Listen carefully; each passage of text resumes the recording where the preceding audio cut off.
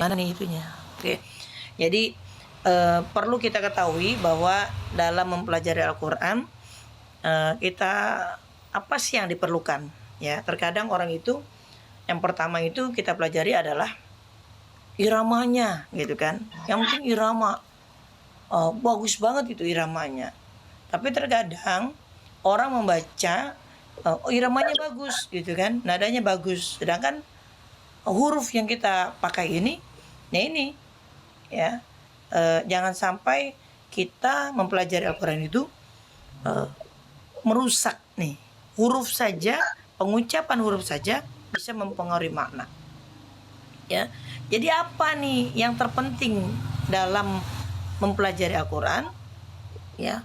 Irama nomor sekian, lagu nomor sekian ya. Yang pertama apa? Yang pertama ini adalah makharijul huruf ya. Makharijul huruf ini kenapa kita harus pelajari yang pertama? Karena kita bisa, bagaimana sih kita belajar Al-Quran ini bisa mengerti, oh huruf ini memang ada beberapa huruf, tapi bagaimana cara kita mengeluarkan hurufnya tersebut. Makanya dikatakan makharijul huruf. Makharijul huruf itu adalah tempat keluarnya huruf, tempat-tempat keluarnya huruf. Artinya apa? Ada beberapa huruf gitu kan, walaupun satu tempat itu berbeda ya. Nah, seperti apa? Misalkan kalau kita belajar metode dengan metode tartila bersajak, gimana kalau kita mempelajari makharijul hurufnya gitu kan? Oh, kita mempelajari mudah, nggak usah bingung-bingung. A, H, ada di mana aha gitu misalkan. Aha, oh ada satu tempat, tapi bagaimana cara pengucapannya gitu kan? Kalau gitu kan, ain apakah sama? Makanya alhamdulillahi rabbil, orang terkadang alamin. Kalau alamin itu kita pakai, padahal di ayat di surah Al-Fatihah itu kita menggunakan ain. Ain itu letaknya dinaik sedikit di tengah kerongkongan. Oke, baik, saya ulangi lagi ya. Tadi kita akan belajari yang namanya Al-Quran itu. Apa sih yang kita pelajari yang pertama gitu ya, yang lebih utama kita belajar Al-Quran itu dibandingkan irama gitu kan. Irama penting nggak? Oh, penting juga ya, tapi ada yang lebih penting gitu kan. Jangan sampai kita membaca Al-Quran saking irama kita pakai, terus makharijul hurufnya ya, yang tadi saya sudah sampaikan, makharijul huruf, tempat-tempat keluarnya huruf. Terkadang kalau kita membaca Al-Quran, nah terus bagaimana? Nah contohnya yang tadi saya baca misalkan alhamdulillahi rabbil alamin. Nah saya bacanya alhamdulillahi rabbil alamin. Itu sampai segitu. Nah terus gimana gitu kan? Kalau kita baca Al-Quran tidak sesuai dengan makharijul hurufnya, itu nanti akan berpengaruh sekali dengan makna, yaitu artinya. Kalau kita berpengaruh makna artinya, wow. Ya, jadi bagaimana cara kita harus mempelajari yang pertama kali dalam baca Al-Quran, yaitu makhrajnya dulu. Kalau makhrajnya udah dapat, nah bisa membedakan antara huruf-huruf yang keluarnya itu bagaimana. Ya, makanya makharijul huruf itu adalah tempat-tempat keluarnya huruf. Ya, tempat-tempat keluarnya huruf. Nah, terus contoh misalkan a, h. Adanya di mana? Pangkal kerongkongan. Ada di pangkal kerongkongan. Kalau seharusnya yang kita baca itu adalah ain. Ya. Ainnya ada di mana? Ya, ain itu adanya di tengah kerongkongan. Nah, kalau kita baca Al-Quran yang gak sesuai dengan makharijul hurufnya, berarti kita ada kezaliman. Apa itu? Kalau baca Al-Quran, oh seharusnya ain. Kita baca hamzah. Hamzah udah jelas. Oh letaknya di mana? Kerongkongan. Pangkal. Iya di pangkal. Tapi kalau Pangkal kerongkongan. ain adanya di mana? Tengah. Seharusnya Alhamdulillahi Rabbil apa? Alamin. Nah itu ain. Ya, kenapa seperti itu? Makanya kalau belum pas, saya belum lanjutkan. Kenapa? Karena penting sekali kita akan mempelajari itu. Karena kalau misalkan kita terus saja membiarkan, khawatir nanti akan dibaca seperti itu terus. Dan kalau misalkan kita baca itu, baca yang nggak sesuai, bisa merusak makna. Ya, mendingan nggak usah lanjut, nah, terus kita ulang-ulang. Nggak apa-apa, nggak dapat banyak, tapi bacaan kita luar biasa. Ya, jadi diperhatikan lagi. Apa itu? Makharijul hurufnya, tempat keluar hurufnya. Makanya kalau saya ada ain belum keluar, ulangi. Ya. Belum keluar. Keluar. Ulangi. Ya, ulangi. Artinya apa? Coba diulangi belajar. Untuk apa? Nanti membiasakan. Ya. Pertama itu makanya makharijul huruf. Coba sami'un alim. Kalau sami'un kalau alim itu artinya pedih. Tapi kalau kita baca sesuai dengan makharijul hurufnya, sami'un alim, sami'un maha mendengar, alimun, al-alimun apa? Maha mengetahui. Jikalau kita baca Al-Quran nggak sesuai dengan makharijul hurufnya, tempat keluar hurufnya, maka itu merusak maknanya. Ya. Jadi yang harus diperhatikan dalam membaca Al-Quran apa yang pertama? Makharijul huruf. Udah jelas makharijul huruf. Terus gimana yang kedua? Yang kedua itu adalah panjang pendeknya. Gimana cara kita baca panjang pendeknya? Kalau saya baca panjang pendeknya, yang seharusnya saya baca 2, terus saya baca 1 harokat. Oh, bisa mempengaruhi mana? Bisa. Kok bisa? Iya. Orang baca huruf saja mengaruh, gimana dengan panjang pendek? Misalkan saya baca man amila salihan min dzakarin. Nah, dzakarin itu adalah laki-laki. Tapi kalau saya baca man amila salihan min dzakarin, padahal hurufnya sama, cuma yang satu dibaca panjang, yang satu pendek, ya sama 3 huruf itu, yang satu dibaca panjang saja. Pengaruh dengan mana? Pengaruh. Zakarin artinya laki-laki, dibaca zakarin, itu buah zakar.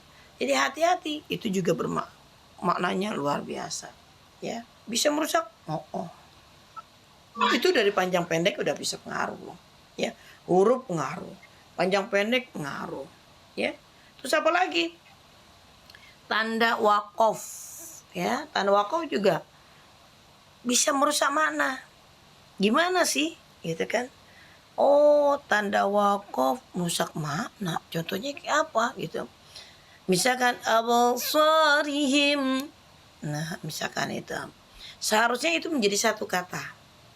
Ya, satu kalau kata kita itu kalimat, ya, di dalam bahasa Indonesia. Yang bedakan seperti itu. Satu kata, misalkan ja'ala, dia telah menjadikan, itu bisa menjadi satu kalimat. Tapi kalau misalkan di dalam bahasa Indonesia itu kalimat. Tapi kalau ja'ala itu kata, ya, satu kata. Di dalam Al-Qur'an itu ja'ala artinya dia telah menjadikan. Berarti kalau menjadikan itu kalau di bahasa Indonesia itu sebuah kalimat, gitu kan. Makanya Al-Qur'an perkata. Nah, itu perkata. Makanya kalau misalkan kita belum bisa memahami cara baca tanda wakaf, gitu kan, itu ada Al-Quran perkata. Gimana perkatanya? Perkata itu artinya apa? Ada tanda-tanda berhenti. Dia kan sepotong-sepotong tuh, ya. Absarihim khatamallahu ala qulubihim wa ala sam'ihim wa ala absarihim. Kalau kita baca wa ala absar, karena kita belum tahu tanda wakafnya, oh jadi bingung itu absar wa ala absar, dan atas penglihatan, gitu kan. Padahal penglihatan siapa? Absarihim, mereka. Makanya itu kalau kita belajar di Al-Quran, oh sebenarnya ada 3 hukum, ya, tiga tanda yang kita pelajari itu di Al-Quran itu. Ada isim, ada fi'il, ada huruf. Jadi 3 sebenarnya kalau kita pelajari itu, ya. Ada isim, ada fi'il, ada huruf. Ada apa itu di dalam Al-Quran yang kita pelajari itu? Isim, fi'il, huruf. Nah, ketiga ini kita pelajari. Oh, absari. Nah, absari. Nah, di sini ala absarihim. Itu jatuhnya apa? Isim kah? Fi'il kah? Huruf kah? Gitu kan? Oh, kalau kita pelajari huruf. Huruf itu seperti apa? Huruf itu seperti wau, wa, misalkan wa, fa, itu huruf, ya. Di dalam Al-Qur'an tuh banyak huruf, itu ada 24 kolom. Kalau bunda-bunda mau pelajarin itu. Tuh kalau bunda-bunda mungkin udah ada yang mengenal tamyiz. Tamyiz itu metode menterjemahkan Al-Qur'an. Sudah? Huruf. Yang kedua tajwid, panjang pendek. Panjang pendek. Yang ketiga wakaf, tanda wakaf. Iya. Nah, baru deh yang keempat. Boleh nih kita tambahkan apa itu? Lagu atau irama, ya. Lagu mah belakangan nggak apa-apa, ya. Yang jelas kita pahami dulu itu makharijul hurufnya. Nggak usah bingung, nggak usah nanti bunda, aduh susah sekali sih, gitu kan, untuk mengucapkan. Emang mesti diulang-ulang? Iya, kan sulit kita mengucapkan, gitu. Kalau kita masih mampu untuk bisa mengulang, kenapa enggak? Tapi terkadang kita lihat juga kondisinya orang itu. Oh, dilihat dia nggak mampu. Memang coba kayak seperti saya ngajar nenek-nenek metik, ya. Nenek-nenek metik untuk menyebut huruf-huruf yang huruf fa deh contohnya, fa. Padahal metik itu apa? Metik itu nenek-nenek yang nggak punya gigi kalau di sini. Bisa aja. Iya. Jadi saya itu ngajarin juga. Ngajar siapa? Ngajar metik. Ya, pengajian metik. Kok metik sih? Iya, metik itu adalah pengajian nenek-nenek yang nggak punya gigi. Nenek-nenek yang giginya. Seru loh. Seru juga kita mengajarin nenek-nenek itu, ya. Terkadang gini, kalau ngajar nenek-nenek itu satu, dia nggak bisa ngucapin. Misalkan ada huruf-huruf yang nggak bisa ngucapin karena kesulitan kan, karena giginya, gitu kan, karena apanya. Jadi dia ngucapin, dia nggak bisa apa gitu kan. Ntar dia nggak bisa saya godain, gitu kan, saya godain gitu nenek-nenek. Ntar yang ada ujung-ujungnya saya dicium, dipeluk gitu. Jadi digergetan sama saya. Itu nenek-nenek, ya. Tapi kalau misalkan bisa, gimana? Lakukanlah, berusahalah, ya. Artinya apa? Semangat. Kalau kita punya yang namanya pisau, ya. Pisaunya itu yang sudah karatan. Nah, terus gimana kalau pisau ini kita udah nemukan dalam keadaan karatan? Pengen nih kalau Harus diasah. bisa diasah. Gimana? Oh, masih bisa nih, layak untuk bisa dipakai. Gimana? Cari langsung. Cari apa? Cari batu asahan. Terus ngapain cari batu asahan? Cari di sana, Biasa terus. diasah terus. Emang cara ngasahnya seperti apa sih itu di pisau? Gergetan kan kita? Cara ngasahnya gimana? Ya, nggak mungkin pelan, pelan, pelan. Saking gergetannya, makin kencang, ya. Tapi apa? Ya itulah. Terus berusaha diasah, diasah, diasah. Lama-lama apa? Dia akan terlihat. Apa yang terlihat? Jelas. Jelas. Semakin putih ya, semakin bersih. Asal lagi sampai apa? Terus. Lancar. Nanti kalau udah bisa baca Al-Quran, luar biasa. Gak usah takut-takut lagi. Udah baca, udah pede. Oh, gimana? Oh, dia menggunakan lagu. Lagunya apa? Silakan. Yang jelas tidak mempengaruhi. Apa yang tidak mempengaruhinya? Makharijul hurufnya, panjang pendeknya, tanda wakofnya. Makanya alladzina atainahumul kitab yatsluna haqqa tilawati ulaika yu'minuna bi. Alladzina atainahumul kitab, orang-orang yang didatangkan Al-Qur'an, orang-orang yang didatangkan kitab, yatsluna haqqa tilawati, dan orang itu membaca Al-Qur'an sesuai dengan haknya. Tuh. Haknya apa? Haknya itu adalah sesuai dengan makharijul huruf dan tajwidnya. Apalagi ini menjadi tanggung jawab, ya, seorang yang mengajarkan. Terkadang orang itu sepele gitu kan. Sepelenya apa? Udahlah, nggak apa-apa, nggak apa-apa. Kalau bagi saya, karena ini adalah tanggung jawab, yuk kita perbaiki. Makanya bagaimana supaya kita bisa membaca Quran sesuai dengan makhraj dan tajwidnya. Ya. Ulaika yu'minuna bi, dan mereka itu dikatakan mereka beriman loh. Kan keren. Kadang orang kalau misalkan disuruh ulangi, kadang capek, hello. Capeknya dia mengucapkan setiap hurufnya, insya Allah setiap hurufnya Allah balas dengan berapa kebaikan? 10 kebaikan. 10 kebaikan. Nggak usah takut diulang. Bedanya kita membaca Al-Quran dengan buku yang lain tuh seperti itu. Buku yang lain mendapatkan pahala nggak? Kalau misalkan itu buku ada ilmunya, itu akan dapat pahala, jadi pengetahuan. Tapi kalau Al-Quran, kita nggak tahu maknanya, nggak tahu artinya, terus kita baca ulang-ulang, terus kita mengulangi bacaan kita, sampai bacaan kita itu bagaimana supaya sesuai dengan makhraj dan tajwidnya, kita ulangi, insya Allah setiap apa yang diulangi, itu akan mendapatkan pahala. Man qara harfan min kitabillah, barang siapa dia membaca Al-Quran, membaca huruf setiap Al-Quran, falahu ashrun, maka baginya 10 kebaikan.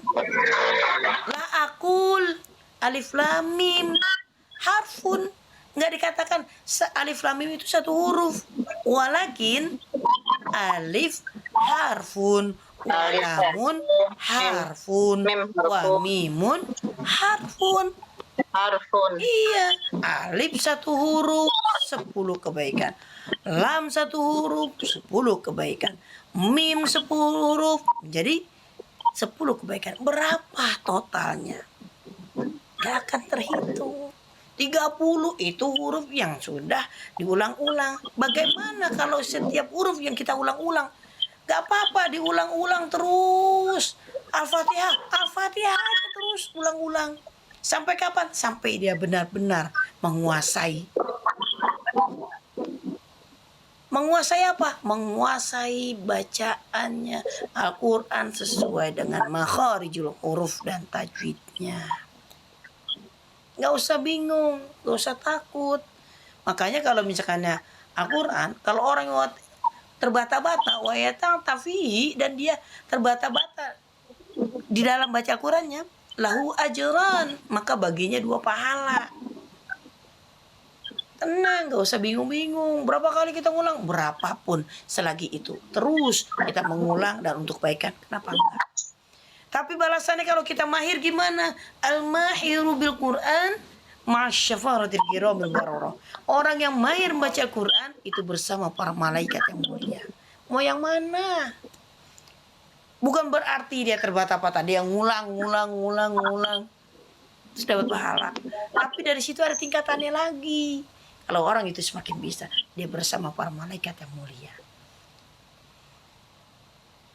Mudah-mudahan kita semua di sini mau terus belajar, kita memperbaiki bacaan kita, memperbaiki bacaan Al-Quran kita. Mudah-mudahan kita terus diberikan hidayah oleh Allah Subhanahu wa taala untuk terus kita belajar, untuk terus memperbaiki, untuk terus menuntut ilmu di jalan Allah. Mudah-mudahan setiap aktivitas kita, setiap kegiatan kita semuanya mendapatkan rahmat dan ridho dari Allah Subhanahu wa taala. Amin, amin, amin, Allahumma amin. Oke, itu saja ya, karena waktu sudah juang. Kita tutup dengan hafil Quran ya. Nanti next kita akan lanjutkan. Ya. Allahumma arhamna bil Qur'an waj'alhu lana imaman wa nuran wa hudan wa rahmah. Allahumma najina minhu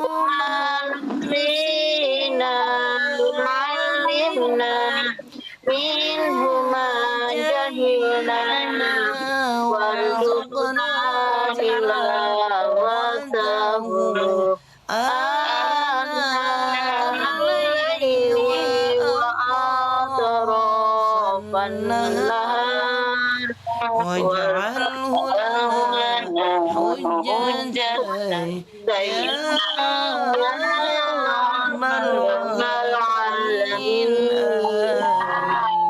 Subhanakallahumma wa bihamdika asyhadu an la ilaha illa anta astaghfiruka wa atubu ilaik. Walhamdulillahirabbil alamin. Ustazah. Assalamualaikum warahmatullahi wabarakatuh. Jazakallah khair Ustazah. Sama-sama Ibu. Yuk.